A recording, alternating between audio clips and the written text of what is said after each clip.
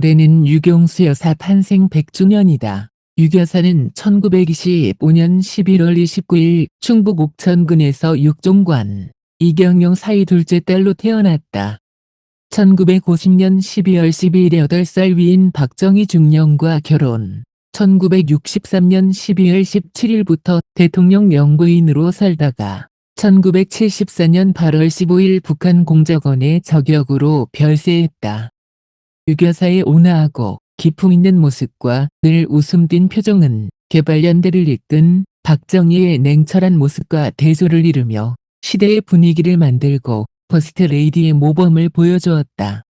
남편처럼 늘 약자를 보살폈던 유 여사는 49년, 박 대통령은 62년을 살았고 부부로 함께 산 기간은 24년, 역사와 민심의 불멸의 자취를 남겼다. 조갑제TV는 유경수 탄생 100주년을 기억하는 영상을 지속적으로 올릴 예정이다.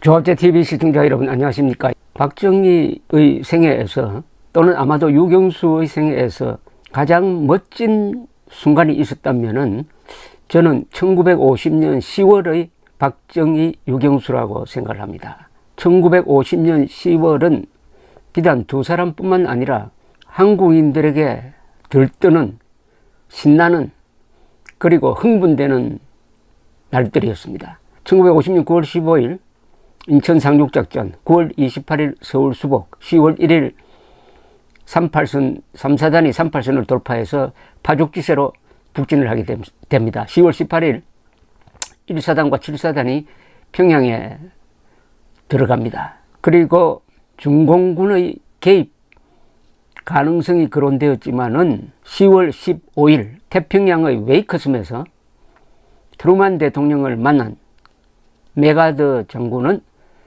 중공군이 만주에 집결을 하고는 있지만은 개입하지는 못할 것이다. 개입하면은 우리의 공군력으로 섬멸을 한다. 이미 끝났다. 미군은 크리스마스 이전에 고향으로 돌아갈 것이다. 앞으로 북진 통일해가지고 한반도 전체가 해방이 되면은 선거를 통해서 새로운 정부를 수립하면 된다. 더 이상 한반도에 미군을 둘 필요도 없다. 이렇게 이야기를 합니다. 이제 뭐 전쟁 다 이긴 것처럼. 그러니까 트루만 대통령도 기분이 좋아서 돌아갑니다. 이런 10월이었습니다. 이 10월 박정희와 유경수는 데이트를 하고 있었습니다. 박정희로서는 정말 오랜만에 마음의 안정을 찾은 시기이기도 했습니다. 1950년에 일어난 일을 한번 보겠습니다. 그해 2월 6일 이현란 씨가, 박정희가 목숨 걸고 사랑했던 이현란 씨가 갈등을 견디지 못하고 용산관사에서 집을 나가버립니다. 박정희는 찾아 헤맸지만은 결국 인연이 닿지를 않았습니다. 그리고 6.25가 터졌습니다. 박정희는 고향에 있다가 돌아와서 다시 군인이 됩니다. 다시 장교가 되는 거죠. 그러다가 그해 여름에 영도에서 유경수와 선을 보게 됩니다. 그리고 유경수의 아버지 육종관 씨의 반대를 무릅쓰고 몰래 9월 말쯤 대구에서 약혼식을 올립니다. 그리고 박정희 중령이 소속된 육군본부는 곧 서울로 돌아옵니다. 그때 전투정보과장이었습니다. 전투정보과장으로서 서울에서 이제 수복된 서울에서 근무하게 되었습니다. 유경수 집안도 다시 고향인 옥천, 충북 옥천으로 돌아옵니다. 이제 모든 국민들이 통일은 눈앞에 닿았다. 그리고 승전하는 이기는 소식만 신문에 납니다. 그때 전투정보과장 박정희 중령 밑에서 근무했던 서정순, 이분은 이런 증언을 남겼습니다. 그때는 정말 신나는 계절이었습니다. 인민군 포로들을 붙들어가지고 신문하여 정보를 수집해가지고 파죽지세로 북진하는 국군 부대에 그 정보를 주면은 이미 전선은 저만큼 북상하여 구문이 되는 실정이었습니다. 중공군에 대한 정보는 주로 미군 정보에 의존했습니다. 만주의 중공군의 대병력이 집결하고 있다는 정보였습니다만 미군은 그들이 개입을 하지 않을 것이라고 낙관하고 있었습니다. 하여튼 신나는 계절이었습니다.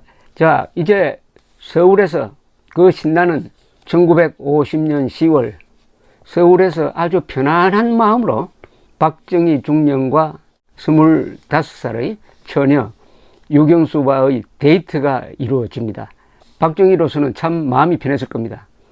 그리고 첫 부인 김호남 씨와의 이혼 수속도 친척 박재석 씨의 도움으로 진행되고 있었습니다. 이제 별로 걱정이 없어요. 그리고 정말 의지할 만한 여자를 처음 만났습니다.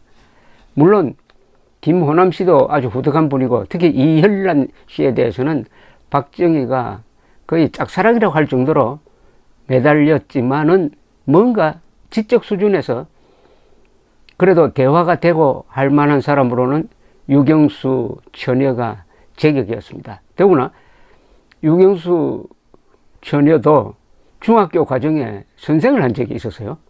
여러 가지로 출신 배경은 완전히 달랐지만은 뭔가 대화가 가능한 그리고 품격 있는 박정희는 또 절도 있고 군인 생활이 몸에 배였고 또 당시는 전쟁 중이니까 어느 나라든 전쟁 중일 때는 군인이 최고입니다. 또 엘리트 군인이었습니다. 그래서 두 사람이 데이트를 하는데 그 데이트를 지켜본 친척들 주로 유경수 집안의 친척들의 증언이 남아 있습니다. 그렇게 근사할 수가 없었고 그렇게 꽉 차 보일 수가 없었다는 증언을 남기고 있습니다. 1950년 10월을 상징하는 노래 하나가 있습니다. 그게 바로 전우여 잘 자라라는 아주 명작이죠. 이것은 국민가요, 뭐 팝송이냐 뽕짝이냐 이걸 따지기 전에 우리 역사 속에서 살아있는 지금도 애국 집회를 하면은 전우여 잘 자라를 부르는데 아무리 불러도 실증 안 나는 노래가 이 노래입니다. 이 노래는 누가 작곡했느냐 하면은 우리나라에서 유행가를 히트하는 유행가를 가장 많이 작곡한 박시춘 씨가 작곡하고 작사는 유호 작사. 이 두 분이 어떻게 전우여 잘 자라를 만들게 되었느냐 하면은 9.28 수복 뒤에 유호 씨는 경향신문에 근무를 하고 있었는데 회사에 나갔더니 아직은 신문을 만들 입장이 못 되니까 좀 쉬어라고 했습니다. 그러나 갈 데도 없으니까 계속 신문사로 나왔답니다. 그러다가 어느 날 거리에서 작곡가 박시춘 씨를 만나게 되었습니다. 박시춘 씨는 밀양 사람이죠. 밀집으로 만든 번거지를 쓰고 있는데 완전히 거지꼴이었다고 합니다. 피랑길에서 돌아온 박시춘 유호는 만나자 그날 명동에서 술을 한잔 하면서 회포를 풀다가 필동에 있는 박 씨의 집으로 옮겨가지고 밤새도록 술을 마시면서 바로 즉석에서 유호가 노랫말을 만들고 박시춘 씨가 기타를 쳐가면서 작곡한 것이 전우여 잘 자랍니다. 아름답기도 하고 애잔하기도 한 그런 노래죠. 뭐 여러분들 다 잘 아실 테니까 노래는 안 부르겠습니다만은 가사를 제가 한번 읽어보겠습니다. 1950년 10월을 생각하시면서 한번 들어보십시오. 전우의 시체를 넘어 앞으로 낙동강아 잘 이끌어 우리는 전진한다. 원한이야 피에 맺힌 적군을 무찌르고서 꽃잎처럼 떨어져 간 전우여 잘 자라. 우거진 수풀을 헤치면서 앞으로 주풍령아 잘 이끌어 우리는 돌진한다. 달빛 어린 고개에서 마지막 나누어 먹던 화랑담배 연기 속에 사라진 전우야. 이 노래 전체에서 가장 유명한 대목이 이 대목이죠. 달빛 어린 고개에서 마지막 나누어 먹던 화랑담배 연기 속에 사라진 전우야. 나중에 이게 금지곡이 됩니다. 군인들이 이 노래를 금지시켜버렸어요. 왜냐? 이 대목 때문입니다. 달빛 어린 고개에서 마지막 나누어 먹던 화랑담배 연기 속에 사라진 전우야. 너무나 패배주의적이다 이거죠. 2절은 고개를 넘어서 물을 건너 앞으로 한강수야 잘 있더냐 우리는 돌아왔다. 들국화도 송이송이 피어나 반기어주는 노들강변 언덕 위에 잠들은 전우야. 터지는 포탄을 무릅쓰고 앞으로 우리들이 가는 곳에 38선 무너진다. 흙이 묻은 철갑모를 손으로 어루만지니 떠오른다 내 얼굴이 꽃같이 별같이. 이 노래가 다시 유명해진 계기는 2003년 3월 1일 시청 앞 광장에서 있었던 반김반핵 국민대회라는 우파 운동사의 획기적인 대중집회가 있었습니다.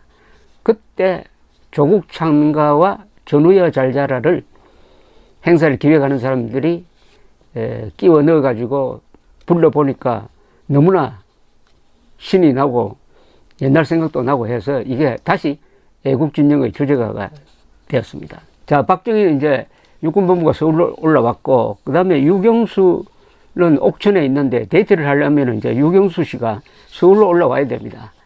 유경수의 언니, 제일 큰 언니죠. 그 남편이 고위공직자였는데 납북이 되었습니다.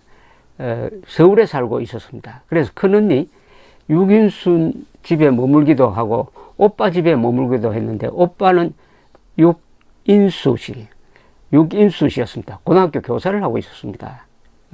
박정희는 서울로 올라오자 먼저 인사를 다닙니다. 그러니까 유경수의 큰언니 유긴순, 오빠 유긴수가 서울에 있으니까 가서 인사를 합니다. 이제 약혼을 한 입장이에요. 유긴수 씨의 집을 찾아갔는데 유긴순 씨가 그때 마당에서 그릇을 씻고 있었답니다. 유긴수 씨의 증언에 의하면은 한 군인이 갑자기 마당으로 들어오더랍니다. 동생이 군인과 약혼했다는 이야기를 들었는데 군인을 딱 봤는데 아차, 이 군인하고 약혼했으면 뭔가 이게 잘못됐구나.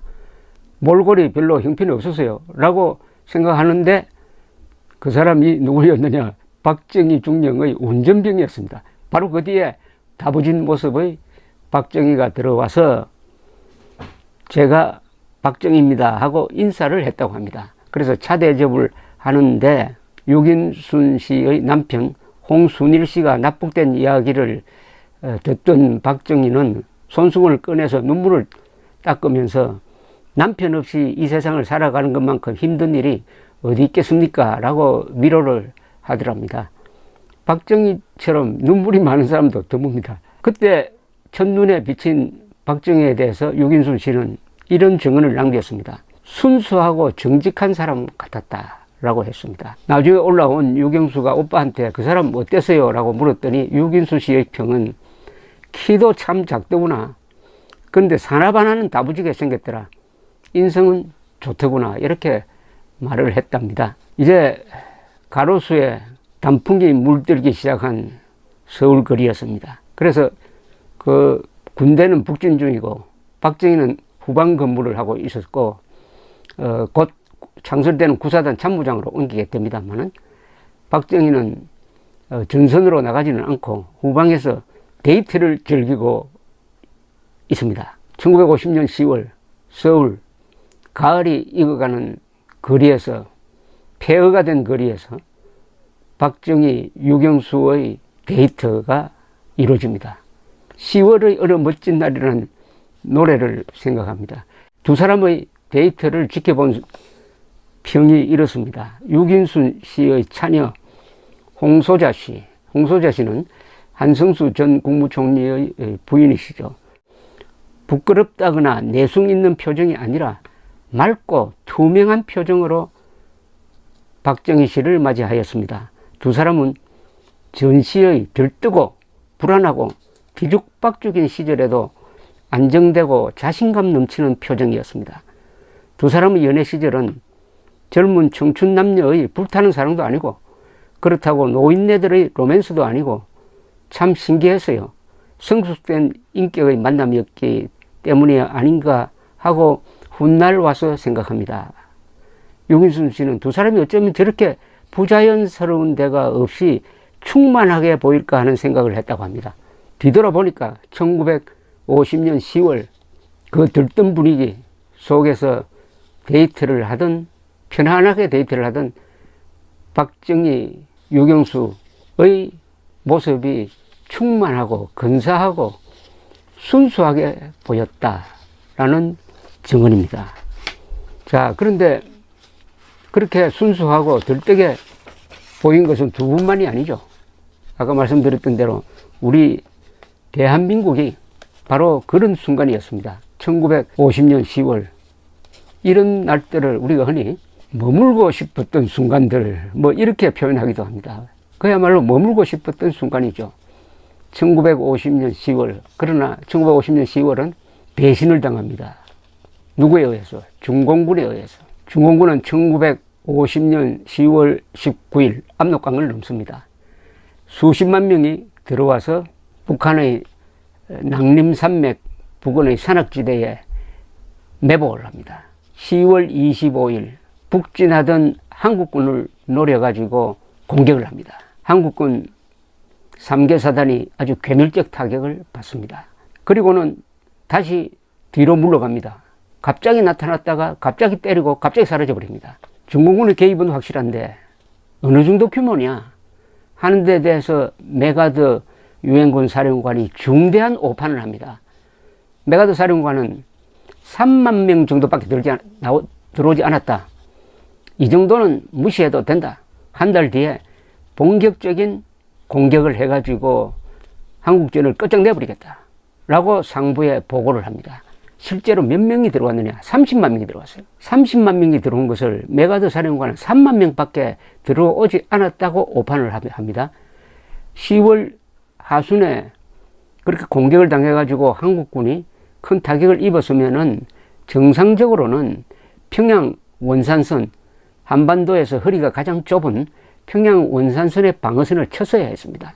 방어선을 치고 겨울을 거기서 방어전을 하면서 버티었다면은 북한은 아마 북한 노동당 정권은 존재하지 않았을 것입니다. 그러나 메가드는 인천 상륙작전의 성공으로 완전히 신적인 존재가 되어 있었습니다. 트루만 대통령조차도 그리고 마샬 국방장관조차도 메가드의 야망을 꺾을 수가 없었습니다. 크리스마스 공세를 준비를 합니다. 그러나 11월부터 여러 가지 흉흉한 정보가 들어오기 시작합니다. 이때부터 그 멋진 10월은 끝나고 이제 대한민국은 다시 한번 죽느냐 사느냐의 기로에 서게 되는 것입니다. 이 무렵 박정희는 그렇게 애타게 추진하던 첫째 부인 김호남 씨와의 이혼 수속이 끝납니다. 김호남 씨의 아버지가 결국 딸을 대신해 가지고 도장을 찍습니다. 이혼 서류에 도장을 찍습니다. 이렇게 해서 박정희는 홀가분한 마음으로 잡아놓은 결혼날을 기다리게 되었습니다. 그 전에 박정희의 신상에 변화가 옵니다. 구사단을 창설하는데 구사단 참모장이 됩니다. 구사단은 대전에서 만들어집니다. 그리고 초대 사단장은 여러 가지로 인연이 많은 장도영 장군이었어요. 박정희를 또 데리고 갑니다. 참모장으로 데려갑니다. 그러다가 장도영 씨는 또 다른 데 가고 해서 사단장은 여러 번 바뀌지만은 참모장이 그 부대의 주인인 것처럼 오래 버티는 바람에 이 구사단은 처음 만들어질 때부터 박정희의 작품이라고 볼 수가 있습니다.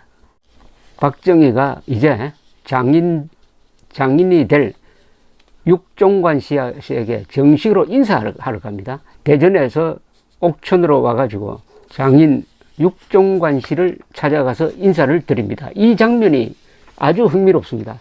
고집쟁이 장인과 사위의 대결 구도가 여기서 형성이 되는 겁니다. 그때 물론 유경수도 집에서 옥천 집에서 박정희를 기다리고 있었고 그 집안에 친척들도 두 사람이 어떻게 만나느냐, 두 사람은 그 사위와 장인이 어떻게 만나느냐 해가지고 옆방에서 귀를 대고 이렇게 훔쳐보기도 하고 해서 두 사람의 만나는 장면이 기억에 남아 있습니다. 근데 박정희는 좀 이날 이상한 행동을 했다고 합니다. 박정희는 원래 아주 예의가 바른 사람입니다. 그분은 아래 위를 구별하지 않는 사람 차별을 하지 않는 사람입니다. 아래 사람에게도 항상 존칭을 쓰고 청와대에 있을 때도 보일러공 청소하는 사람에게도 항상 존칭을 썼습니다. 부하에게도 존칭을 썼습니다. 또 부하라고 해서 욕을 하지 않는 사람이었어요.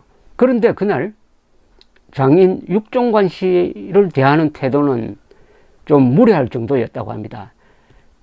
방에 들어가서 절을 하고는 무릎을 세워서 앉아가지고 지포 라이터를 꺼내가지고 이렇게 찰칵찰칵 이렇게 손놀림을 하면서 육종관 씨를 약간 무시하는 듯한 태도를 보였다고 합니다. 여러 사람들이 이야기합니다. 왜 박정희가 저런 식으로 행동했을까? 박정희는 한편 이런 분이기도 합니다. 반골 정신이 강합니다. 박정희는 대통령이 안 되었으면은 불평불만자로 인생을 끝냈을 가능성도 있습니다. 반골입니다. 이분은 힘센 사람, 부자에게는 본성적으로 반감을 가지고 있는 사람이니까 육종관 씨가 결혼을 반대한다는 이야기도 들었지. 그리고 부자라고 너무 오만하게 보이지 하니까 거기서 그냥 반골 정신이 그런 식으로 표현된 것이 아니냐 하는 게 저의 해석입니다. 어쨌든 육종관 씨는 군인이라고 하면 못마땅한 사람인데 이날 박정희를 보고 한 번 더 이 결혼은 안 되겠다고 마음을 굳혔던 것 같아요. 그래서 박정희가 떠난 다음에는 태도가 그게 뭐야? 라이터를 찰칵거리지를 않나? 담배를 피우면서 꽁초까지 다 피우지 않고, 그러니까 담배를 다 안 피우고 중간에서 껐다는 겁니다. 담배를 한번 피웠으면 끝까지 다 피워야 되는데 이런 것 가지고 터집을 잡아가지고 어쨌든 결혼은 안 된다는 의사표시를 확실하게 이경영 씨 부인한테 그리고 딸에게 했다는 겁니다. 이때부터 아마 유경수 처녀 유경수의 속이 이제 타고 들어가게 생겼습니다. 그런데 이제 결혼 날이 다가오게 됩니다. 본처 이경영 여사가 남편에게 계속 이야기를 합니다. 영수가 좋다고 하는데 우리 허락합시다. 이렇게 해도 안 된다는 거예요.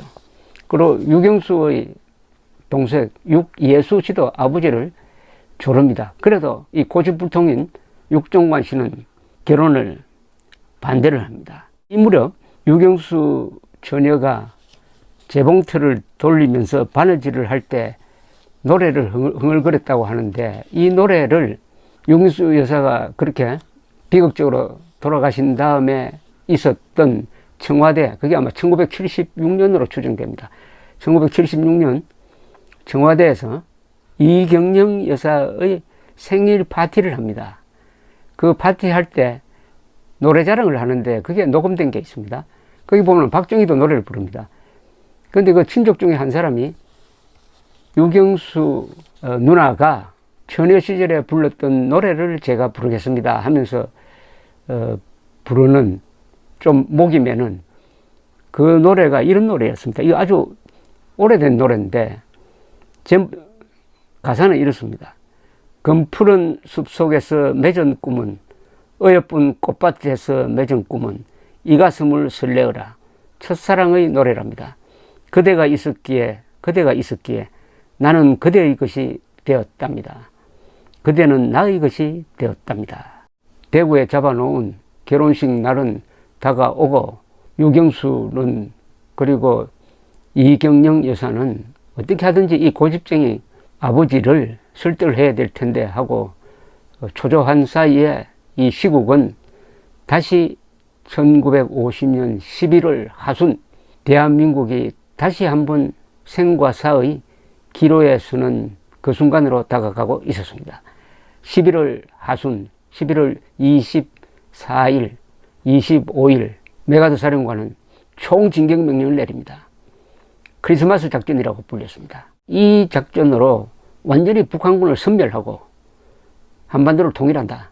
그리고 크리스마스 전에 미군은 고향으로 간다 해서 총공격명령을 내렸습니다. 그때 북한의 산악지역에 매복하고 있던 팽덕회가 지휘하는 30만의 중공군이 반격으로 나옵니다. 30만 명이었습니다. 갑자기 쏟아져 나오면서 야간 공격을 합니다. 한국군과 미군은 포위되고 우회 공격을 당하고 해서 괴멸적 타격을 받습니다. 그리고 총퇴각이 시작됩니다. 메가드는 38선까지 퇴각명령을 내려버립니다. 미국이 아주 공황 상태에 빠졌습니다. 2차 세계대전 때도 선포하지 않았던 국가 비상사태를 트루만 대통령이 선언합니다. 피난민들이 남쪽으로 쏟아져 내려오기 시작했습니다. 평양도 철수하게 됩니다. 미군은 미국 역사상 가장 오랜 그리고 가장 긴 퇴각에 들어가게 됩니다. 그리고 흥남에서는 미 해병대가 중공군에 포위됩니다. 이런 상황 속에서 박정희의 결혼 날짜가 다가오고 있었습니다. 그 이야기는 다음에 해드리겠습니다. 감사합니다.